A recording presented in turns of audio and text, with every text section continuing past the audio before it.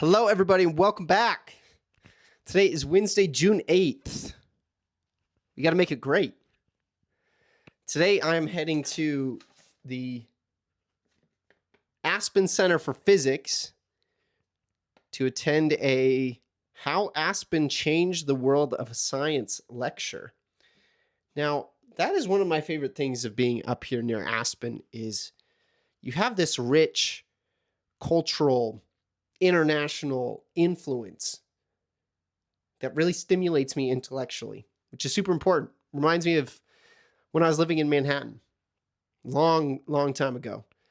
But before we do that, I do want to talk about reflexivity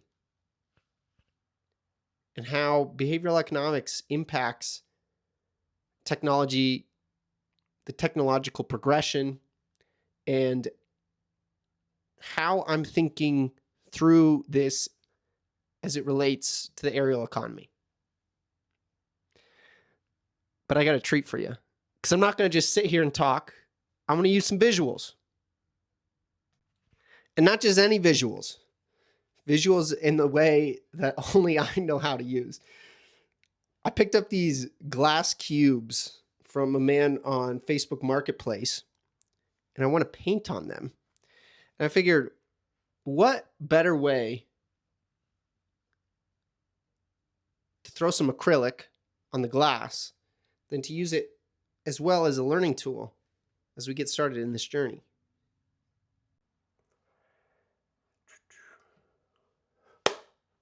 Okie dokie, so we have our glass here. Okie dokie, so we have our glass here, and I've got my colors. Excited to start playing. Let's use gold. Wait, I need to clean. I need to make sure we're responsible. Stay clean. So we're going to start with the innovation S-curve. Right? We all know what this looks like.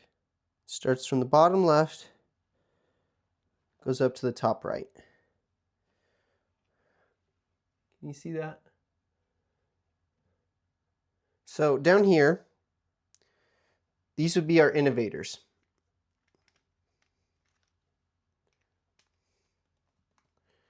Kind of down here at the very bottom, these would be our innovators. As we move forward through time, right? Let's just think of this x-axis being time. As we move forward through time, the innovation proliferates. Maybe about here we get to the early adopters. Then as we move up in the adoption curve, we get our early majority, we get our late majority, and then it hits mainstream. And we've seen this S-curve throughout history, over time. Let me see if I can get it so it's... Yeah, that kind of looks like it. I think it's a little reverse. But how do we get this flywheel going? That's the real question. We're going to let this dry. I got another cube. We're going to talk about reflexivity. Oh boy, I may have botched that. This copper may not be... Let's try this again. Oh boy.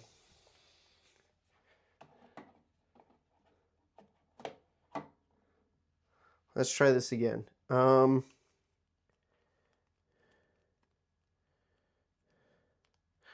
We're going to just use 3 colors. Here. We're going to use blue, we're going to use orange, and we're going to use gold.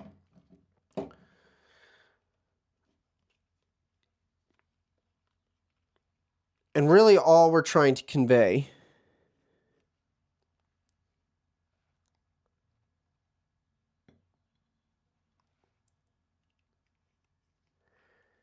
is this concept of a feedback loop.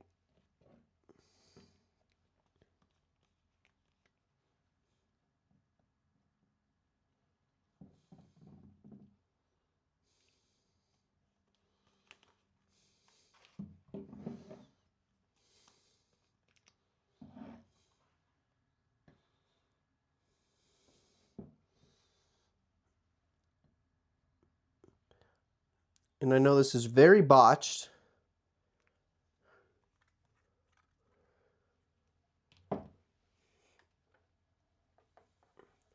I know this is very botched, but I think it'll prove my point. Here's our feedback loop. And see, it's reversed, so it needs to be going. I want it to be going the other way so that it's like spinning outwards. But you could still see it. So basically,